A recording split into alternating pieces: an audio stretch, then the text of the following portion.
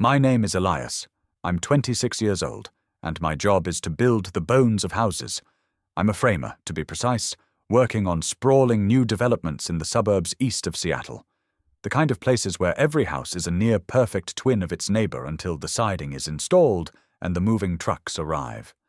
My mornings begin in the dark at 5. A thermos filled with strong black coffee is in one hand, my worn leather tool belt slung over the other shoulder. By late afternoon, I'm coated in a fine layer of cedar dust, my muscles humming with the satisfying ache that confirms I've earned my keep. I live in a compact studio apartment above a record store in Capitol Hill. It's a single room with a kitchenette and a bathroom that's barely bigger than a phone booth. The place is quiet, and that's the main reason I chose it. No roommates, no arguments over dirty dishes, just me and the gentle hiss of tires on damp asphalt that serves as the city's constant soundtrack. The guys on my crew have a running joke that I'm methodical with everything, not just my nail gun. Methodical in dating, methodical in commitment, methodical in responding to a simple text message. Marco, my crew lead and the closest I have to a true friend, never misses a chance to remind me.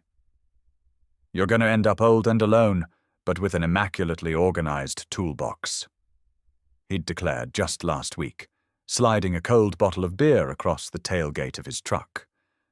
I had to laugh because there was a painful kernel of truth in it. I've had a few relationships, none lasting more than a handful of months. Eventually they'd grow weary of my quiet nature, or I'd grow exhausted trying to be someone more outgoing. It always concluded with a civil parting and a hollow promise to remain friends that neither of us ever intended to keep. That's what made the blind date so unexpected. Marco cornered me on site one Thursday afternoon, the air thick with sawdust and the radio blaring some forgotten 90s rock anthem. "Listen," he said, dragging the back of his wrist across his sweaty forehead. "My girlfriend has a friend. She's different, really interesting. She just needs a decent night out. No pressure, man, just coffee, some conversation, maybe a refill if you don't screw it up."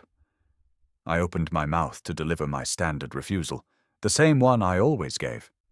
But he cut me off, pressing his advantage. "1 hour, Elias. Give her 1 hour of your time, and I swear I won't mention your sad excuse for a love life for a whole month." A full month of silence on the subject sounded like a fair trade. I gave a reluctant shrug. "Fine, send me the details." The information arrived in a single, concise text. "Saturday, 7 p.m. The Anchor Roasting Comas on Fremont Ave. Her name is Sophie. She'll be at the table by the big window." I nearly cancelled on 2 separate occasions. The first was when I sorted through my closet and realized my nicest shirt was a barely faded flannel. The second was when I stood before my bathroom mirror, attempting to practice a smile that didn't look like I was simultaneously planning my escape route. But I went, mostly because I knew Marco would never let me hear the end of it. And also because a small, stubborn part of me, the part that hadn't been completely worn down by routine, was curious to find out what different really meant. The Anchor Roasting Cobalt carries the permanent aroma of dark roast and caramelized sugar. It's filled with reclaimed wood tables, a collection of mismatched chairs, and decorative string lights that blinked in an erratic, charming rhythm. I pushed the door open at 6:58, my eyes scanning the room, and I saw her right away. She was seated at the window table, her back against the exposed brick wall, her blonde hair, the color of dried wheat, pulled back in a loose, intricate knot. She was wearing a simple black dress with long sleeves pushed up to her elbows, revealing a delicate silver chain on her wrist that glinted in the low light. I stopped for a beat, my hand still on the door. It wasn't just that she was beautiful, though she was. It was her eyes, a clear, startling blue, and they were already on me, watching my approach with an intensity that suggested she'd been waiting far longer than a couple of minutes. She offered a small, polite smile that didn't quite reach those observant eyes. "You must be Elias," she said as I reached the table. Her voice was lower than I expected, calm and self-assured, the kind that commands attention without needing to be loud. "I'm Sophie." I pulled out the chair opposite hers and sat, trying to act as though I hadn't just experienced a brief, silent meltdown by the entrance. "Hi, yeah, Elias." Incredibly smooth. She tilted her head, a flicker of amusement in her expression. "Marco said you'd be easy to recognize. Tall, quiet, and probably with some sawdust on your clothes." I glanced down at my dark jeans, and, sure enough, there was a faint, pale streak across my thigh. I brushed at it futilely. "He didn't tell me you'd be punctual. I like to get here early," she admitted. "It's interesting to watch people. You can learn a lot by seeing how they walk into a room." She wasn't being critical, just stating a fact. I opened my mouth, then closed it, deciding that honesty was my only remaining option. "I hesitated because you look like you already know everyone's secrets." Her laugh was a soft, surprising sound, as if I'd said something she genuinely hadn't anticipated. "Touché." A barista, a young guy with a full sleeve of intricate tattoos and a perpetually bored look, came to take our order. Sophie requested a latte with oat milk, extra foam. I asked for a black coffee, because it's what I always drink. When our mugs arrived, she cupped hers with both hands, a careful and deliberate gesture.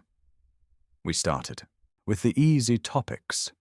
The persistent Seattle drizzle that refused to let up. The new craft brewery in Ballard that was charging a fortune for its hazy IPAs. She asked me what I built for a living. I described the 3-story modern home we were framing in Bellevue, explaining how every measurement had to be perfect down to a 1/16 of an inch, or the entire structure could be compromised. She listened with a focused intensity, as if she could visualize the studs and joists, the immense weight of the house settling into the foundation. "Precision is important," she said, her gaze thoughtful, "especially for the parts nobody will ever see." I asked her what she did. She paused for just a fraction of a second before answering. "I'm an illustrator, mostly freelance projects, some children's books." She took out her phone and showed me a digital painting of a bear in a raincoat, its expression a perfect blend of curiosity and mischief. The level of detail was incredible. "I do most of my initial sketches on a tablet now. It's easier to make corrections." She said it matter-of-factly, as if discussing the weather. I just nodded, taking a slow sip of my coffee, and let the silence hang in the air for a moment. Most people would have rushed to fill it with more questions. I felt no such impulse. About half an hour into our conversation, she leaned back in her chair, studying me with that same unnerving perception. "You're very observant," she noted. "You haven't asked me the usual questions." I set my mug down. "What are the usual questions?" Things like, "Do you make a living with your art?" Or, "Isn't it hard being a freelancer?" Or, "What's your 5-year plan?"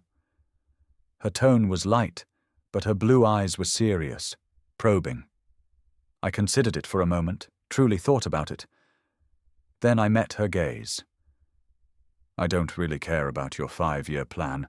I'm just trying to figure out if I can get you to agree to a second cup of coffee." She blinked once, then twice. A slow smile spread across her face, transforming it. "That's a new one." The rain began to fall harder outside, drumming a steady rhythm against the large window. We kept talking. She told me about growing up in a small town in Montana, about attending art school in Chicago, about her decision to move to Seattle for the creative scene, and the constant, inspiring gray skies. She spoke of her work with a quiet passion, describing the challenge of conveying a whole story in a single image.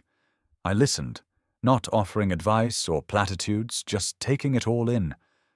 When the barista began flipping chairs onto tables, I was startled to see it was already past 9 o'clock. Sophie glanced at the clock, then back at me.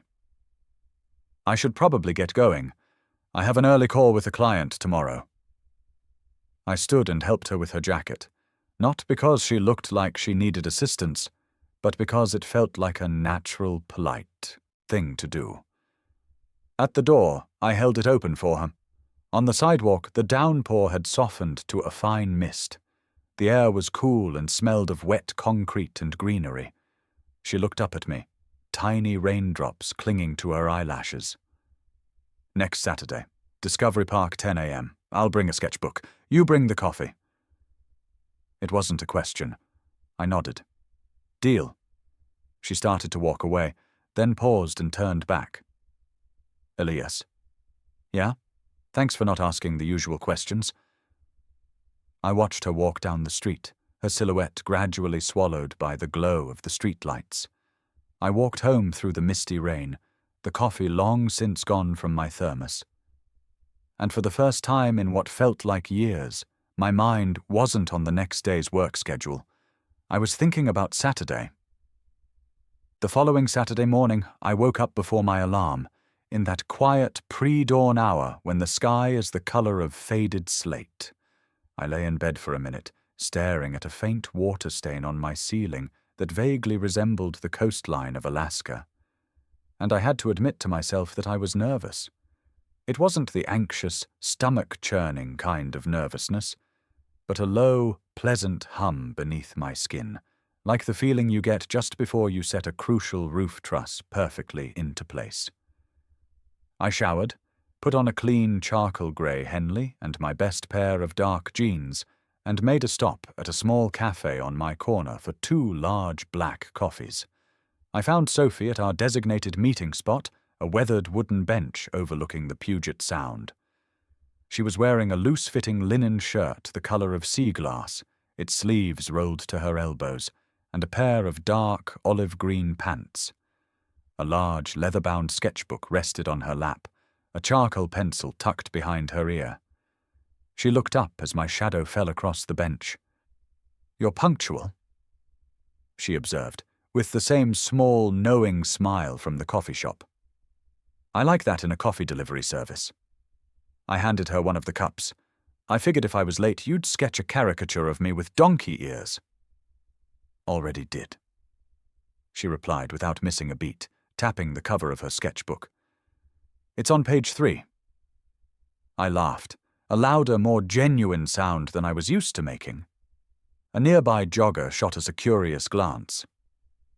Sophie just took a sip of her coffee, her eyes closing for a moment as if it were the best thing she'd tasted all day. We slipped into an easy, comfortable rhythm. We walked along the bluff trail, my longer stride naturally shortening to match her more measured pace. The park smelled of salt, damp earth, and pine needles. Every so often she would stop to take a picture with her phone, the way the light filtered through the canopy of a madrona tree, a ferry gliding silently across the grey water, the intricate pattern of moss on an old stone wall. "Reference material," she explained. "My memory edits things, so I have to steal the real details when I can." I asked her about her art, not the business side of it, but what drove her to create. She didn't hesitate. "The first year after art school was just anger and rejection letters," she said, her gaze fixed on the distant Olympic mountains. "The second year was me trying to draw what I thought people wanted to see. Cute animals, generic landscapes. I got some work, but it felt hollow. The third year, I stopped trying to please anyone and just started drawing what felt true. Turns out the world doesn't really care about your artistic angst, but it responds when you're being honest." She said it all with the calm detachment of someone reciting a historical fact. I nodded, and we kept walking. We found a spot near the West Point Lighthouse, and she sat on the driftwood, opening her sketchbook to a fresh page. "Watch this," she murmured, and her pencil began to move with a speed and confidence that was mesmerizing. In less than a minute, the lighthouse was there on the page, but it was her version of it. The lines weren't perfectly straight, They were weathered and alive. The light she drew wasn't just a beam, it had texture and weight, cutting through a sky that was heavy with unspoken stories. She turned the sketchbook so I could see it better. Perfection is boring. It's the interesting flaws that tell you something is real. I sat on a rock across from her, resting my elbows on my knees. Do you ever get tired of looking for the interesting flaws? Every single day, she answered immediately. But being tired is a whole lot better than being bored. We stayed there until the sun burned through the morning clouds, making the surface of the water glitter. We talked about everything and nothing. Bad movies, the best food trucks in the city, the time I accidentally built a wall a foot short of the blueprint specifications. I noticed the way she'd sometimes pause, her pencil hovering over the paper, as she searched for the exact right word. I noticed, but I didn't interrupt.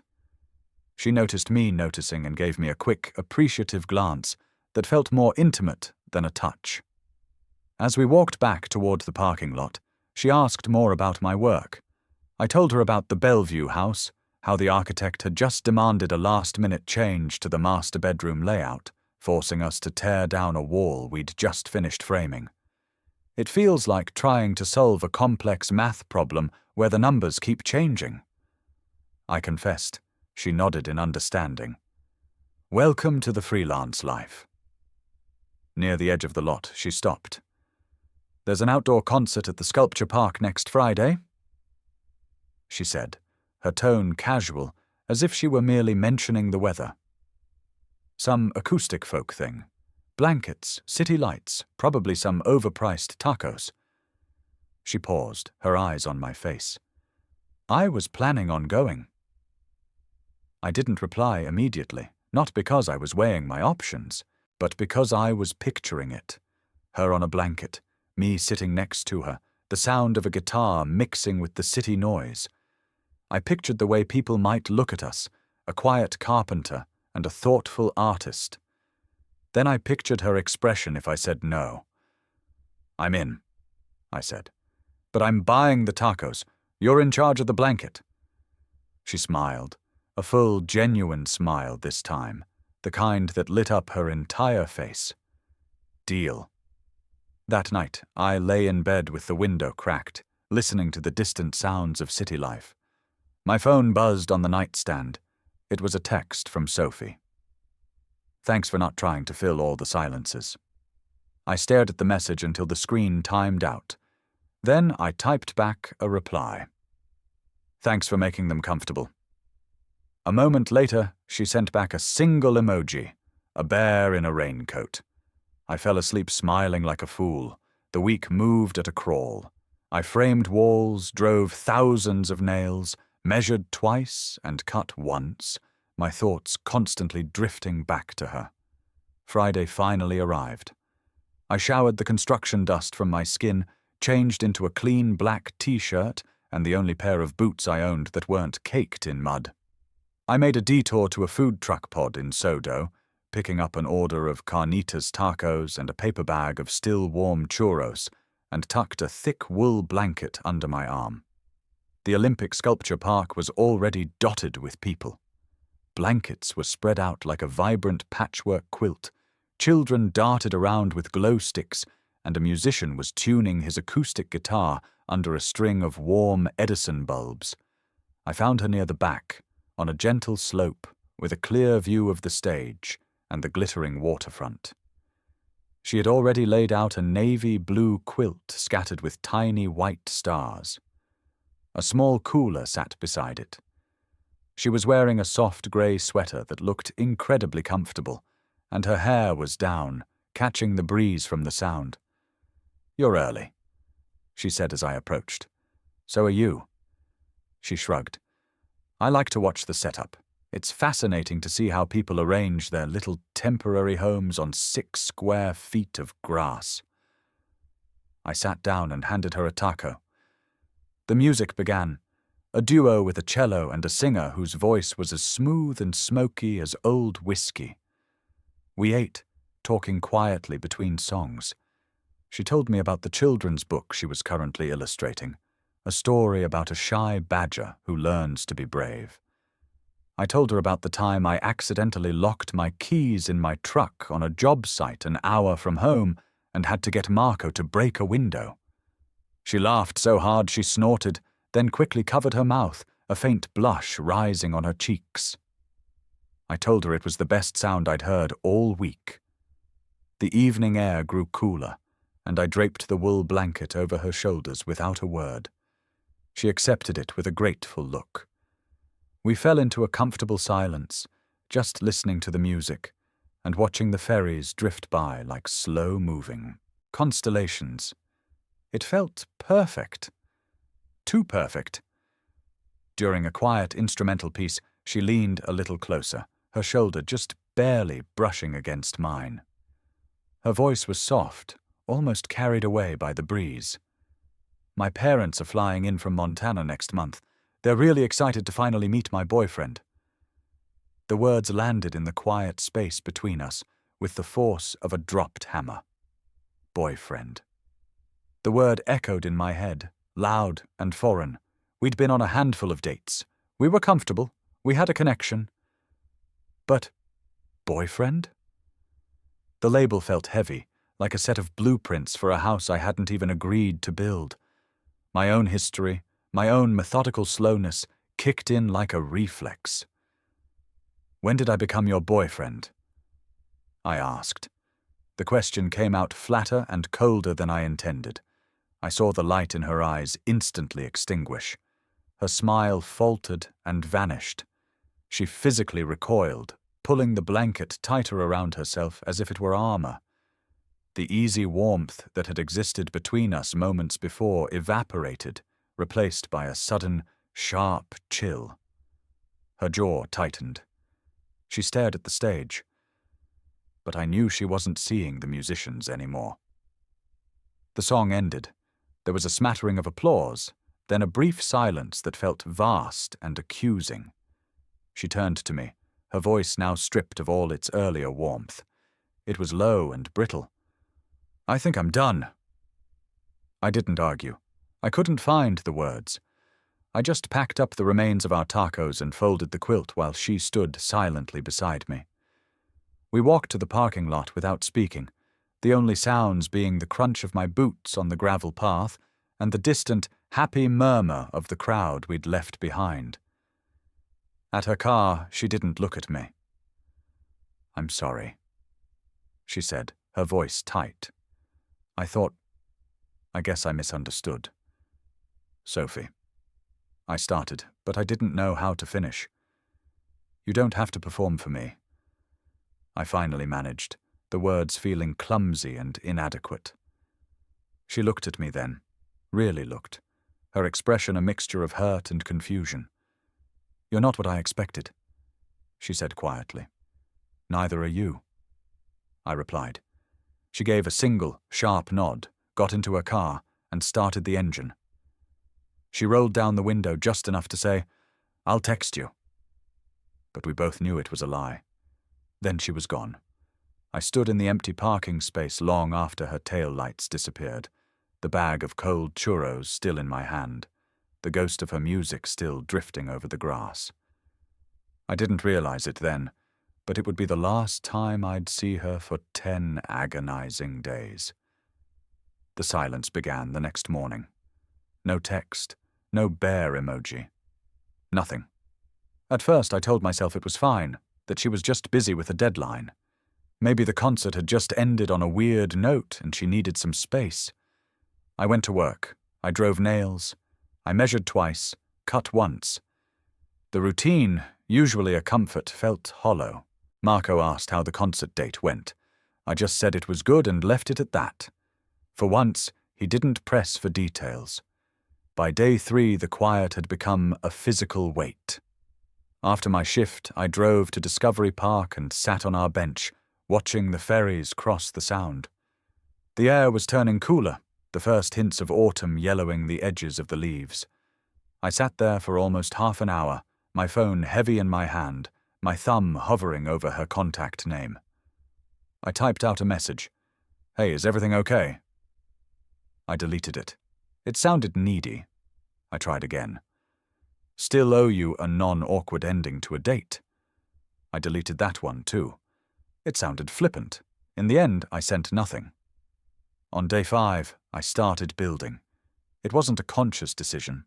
I just found myself in my workshop, surrounded by scraps of beautiful walnut and maple from a custom cabinet job. My hands needed something to do while my brain wouldn't stop replaying that one stupid question. I decided to make her a box, a simple, elegant thing to hold her pencils and charcoals. I measured, cut, and sanded with a precision that bordered on obsessive. The sharp scent of cut wood filled my small space. The lines had to be perfect, the joints seamless. It wasn't just a way to pass the time. I didn't admit it to myself then, but it was a way of trying to build something to bridge the chasm I had created. Day 7. Marco found me on the job site during our lunch break.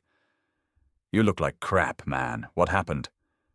I shrugged and hammered a nail with too much force, splitting the end of a 2x4. He just waited, his expression patient. Finally, the words came out, rough and quiet. "I think I blew it." He didn't laugh or say, "I told you so." He just handed me a bottle of cold water. "Give us some space, Elias. People have their own stuff to figure out." I nodded, but the space between us felt like a void I was constantly on the verge of falling into. On day 10, the box was finished. It was smooth to the touch, the different woods creating a subtle, striped pattern. The lid fit perfectly with a satisfying, soft click. I drove to her neighborhood, my heart pounding a nervous rhythm against my ribs. I left it on her doorstep with a small, folded piece of graph paper tucked inside. On it, I'd written just 5 words. "This is for the silencers." I didn't expect a reply. I just needed to put something tangible into the world, a silent apology that said I was still here.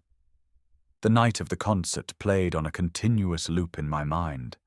The casual way she'd said, "boyfriend," the defensive chill in my own voice, the way her face had closed off, like a door slamming shut.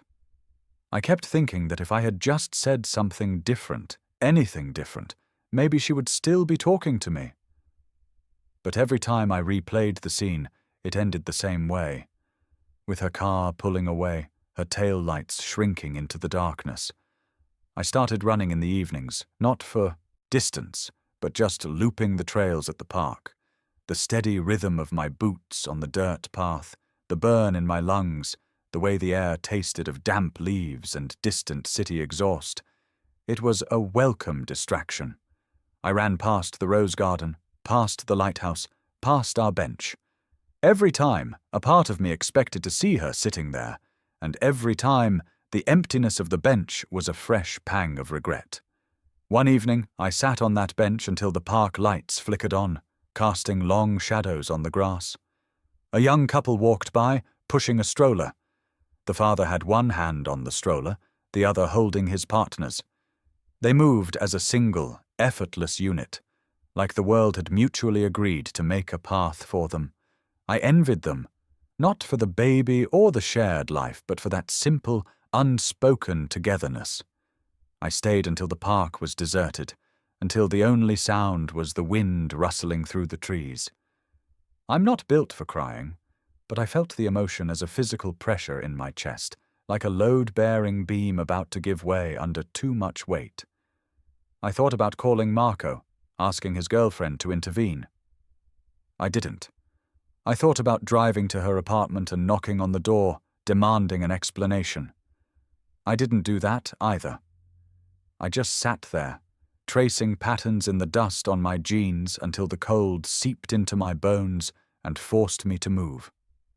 The next morning, I found the envelope. It was tucked into the handle of my apartment door. No stamp, no return address, just my name written in neat, elegant script. Inside was a single sheet of heavy watercolor paper. It was a sketch of the wooden box I'd made, sitting on a table next to a vase of wildflowers. The lines were clean and confident, the shading so delicate that the wood seemed to have a real grain. My clumsy 5-word note was propped against it. On the back of the paper, in that same precise handwriting, were 2 sentences. People only build what they don't want to see fall apart. Thank you for building me something beautiful. I stared at the drawing until the paper began to tremble in my hands. Then I ran. Not the measured, steady jog I'd been doing for days, but an all-out sprint, my work boots pounding against the sidewalk, my lungs screaming for air, the precious sketch clutched in my hand. I didn't know her exact address, but I knew the park. I knew the bench. I knew the view. She was there, on the bench overlooking the Sound. The sketchbook was open on her lap, her pencil moving in small, deliberate strokes. She didn't look up as my heavy footsteps slowed, didn't look up when I came to a halt 10 feet away, panting like I'd just finished a marathon. I held up her sketch. "This is yours?" She glanced over, her blue eyes widening for just a second before settling back into that calm, unreadable mask. "I thought you might recognize the subject matter." I took a step closer. "You didn't sign it." "I didn't need to." She set her pencil down carefully. "You came. You left." The words hung between us. She looked away, out toward the grey water where a container ship was slowly making its way towards the port. I needed to see if I could be okay on my own again. She picked at a loose thread on the cuff of her sweater. "The concert, it wasn't about the word, not really. It was about how your reaction made me feel like I'd been auditioning for a part I didn't even know I was trying out for." I sat on the grass near the bench, not too close, but not too far either. I didn't know what to say. "You didn't say anything," she continued, as if reading my mind. "That's why I left. Your silence was louder than an argument would have been." The quiet stretched between us again, but this time it felt different. Not empty, but full of unspoken things. A ferry horn blew in the distance. Sophie picked up a sketchbook again and turned it so I could see the page she'd been working on. It was another sketch. Me, running. My hair was a mess, my mouth was open, and the drawing from the envelope was clutched in my hand. The lines were frantic, energetic, and full of motion. "I drew this yesterday," she said quietly, "after I saw you leave the box." I swallowed hard. "I thought you were done with me." "I thought I was too," she admitted. "But then I kept thinking about the way you look at things, not just at me, but at everything. Like you're trying to understand how it all fits together. And I realized I'd been waiting for someone to look at me like that for a very long time. And when you finally did, I got scared and ran." I leaned back on my hands, the damp grass cool against my palms. "I'm not a good chaser." "Good," she replied, a tiny, real smile touching her lips.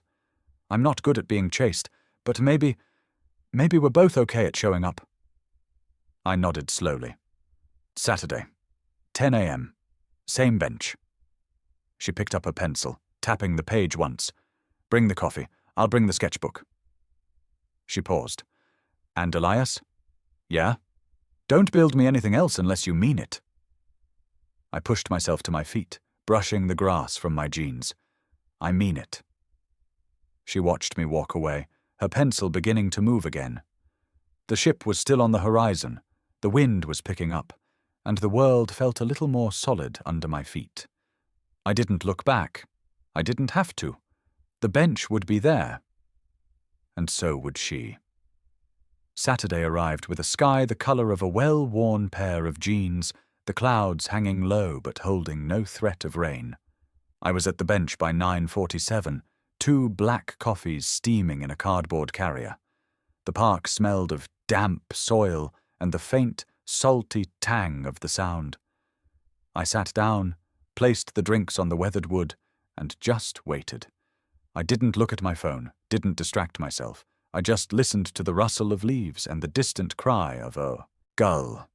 At 10:03, I heard the familiar sound of her footsteps on the gravel path. She came into view, walking a little slower than usual, as if giving herself every possible chance to turn back. She wore a simple charcoal hoodie with the sleeves pushed up, and the same olive pants from our first walk in the park.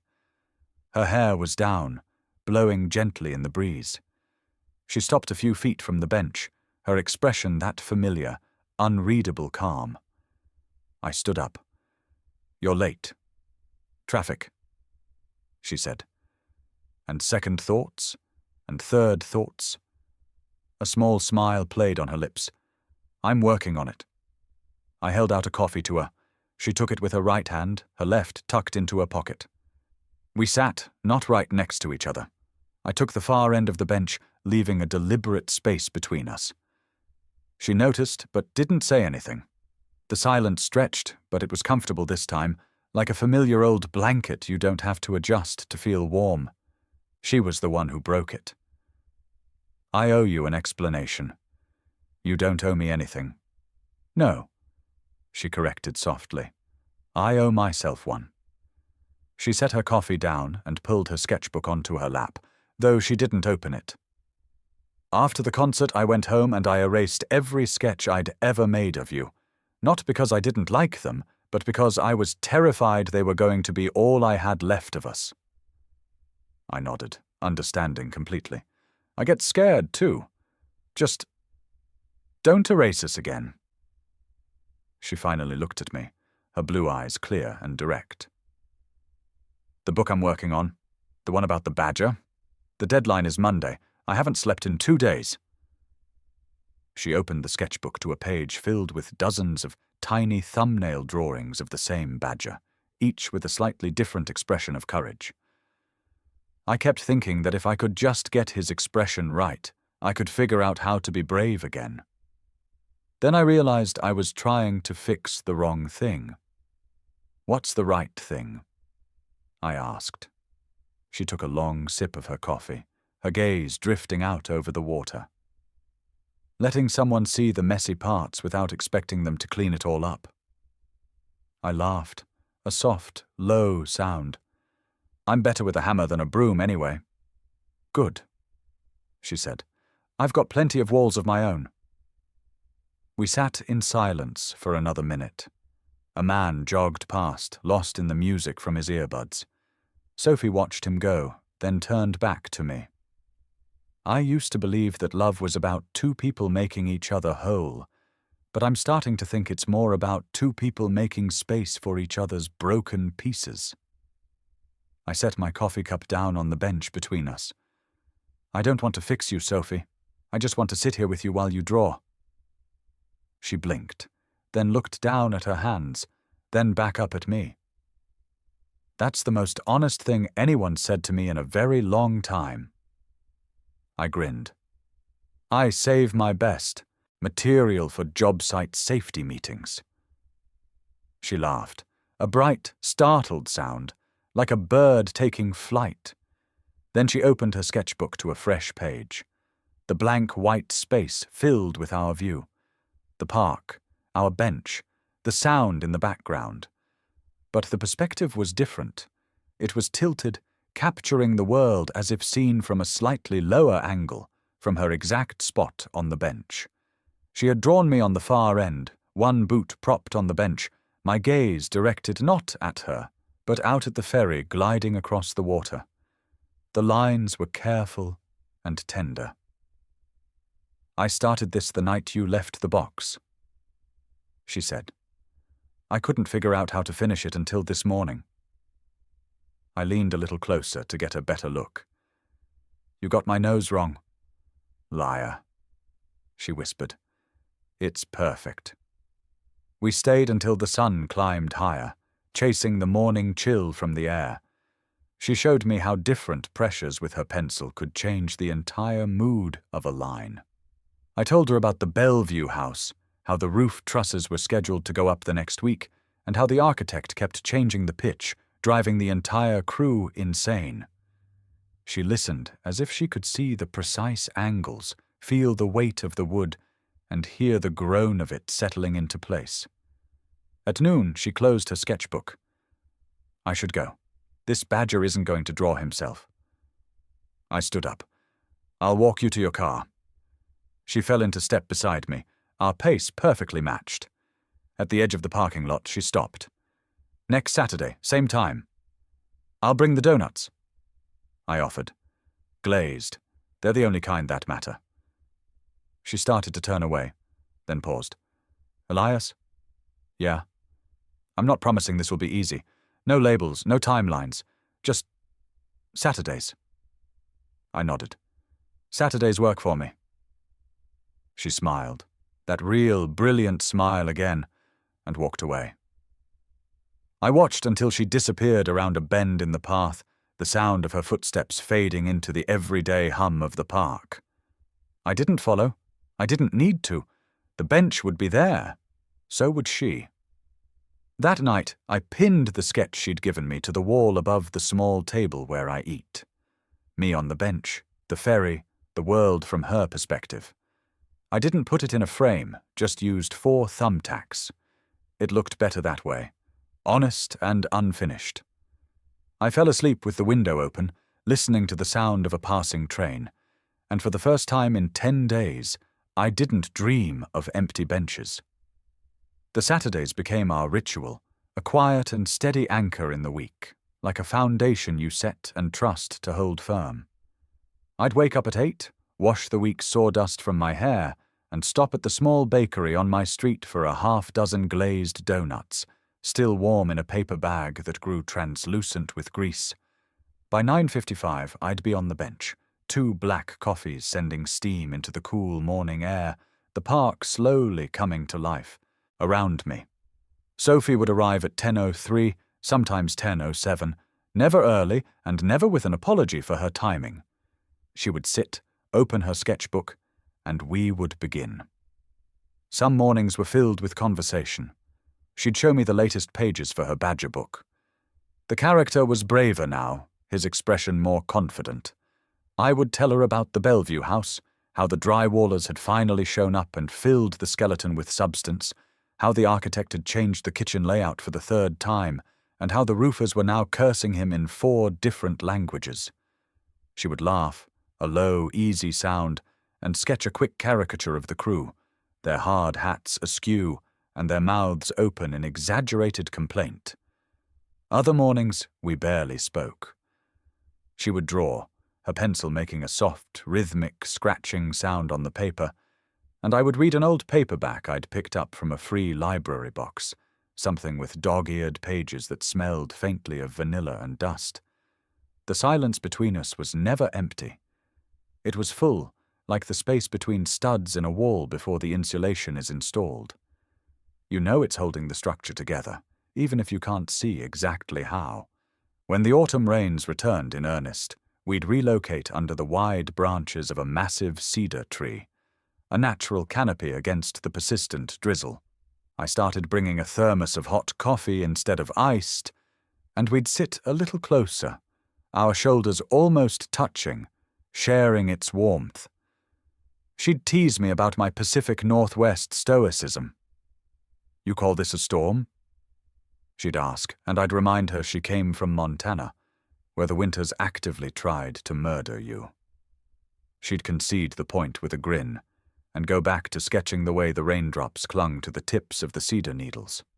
One crisp October morning, when the air smelled of wood smoke and decay, Sophie showed up wearing a thick wool coat the color of a stormy sea. Before she even sat down, she handed me a small, stiff envelope. Inside was a professionally printed postcard. On the front was the cover of her new book, The Badger, standing proudly on a small hill, a look of quiet courage in his eyes. My name was there in the dedications, on the 3rd line down, for E, who knows the value of a solid foundation. I looked up at her, at a loss for words. You didn't have to do that. I wanted to, she said, shrugging as if it were nothing, but I could see a faint pink blush on her cheeks. Besides, my editor wanted a dedication to someone who believed in the story from the beginning. You were the only one who never asked if the badger was based on me. I carefully tucked the card into the inside pocket of my jacket, placing it right over my heart. Any words I could have said would have felt too loud for the moment. Winter settled in slowly. The park grew quiet, the paths often slick with a thin layer of frost. We moved our Saturday meetings to a covered picnic area near the playground, a simple concrete slab with a roof that kept the worst of the weather off. I'd bring a small camp stove and heat up apple cider in a dented metal pot, the steam clouding the air between us. Sophie started wearing fingerless gloves so she could keep drawing even when the cold bit at her skin.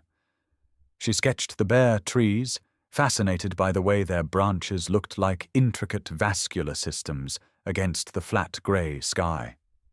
I would watch the way her breath fogged in the air, the way she never seemed to shiver, her focus absolute.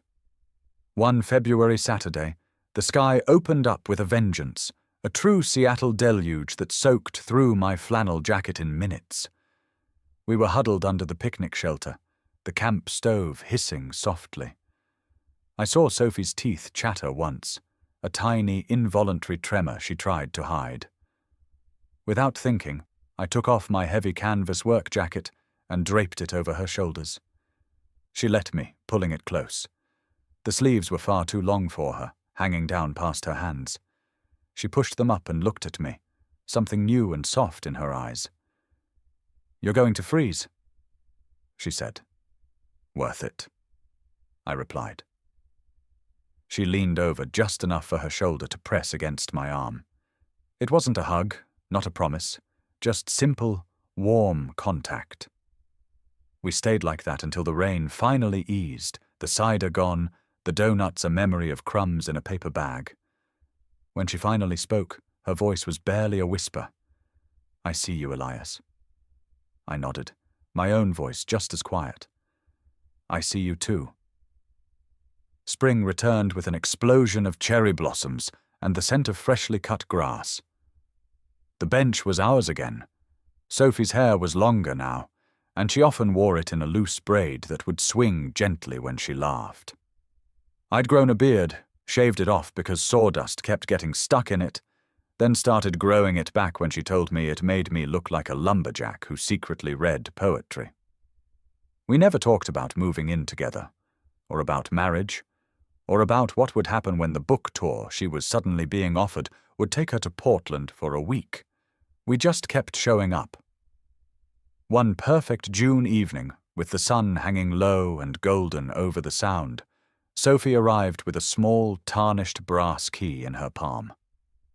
"For my place," she said, her voice even, "in case you ever get here first and want to drop off the donuts."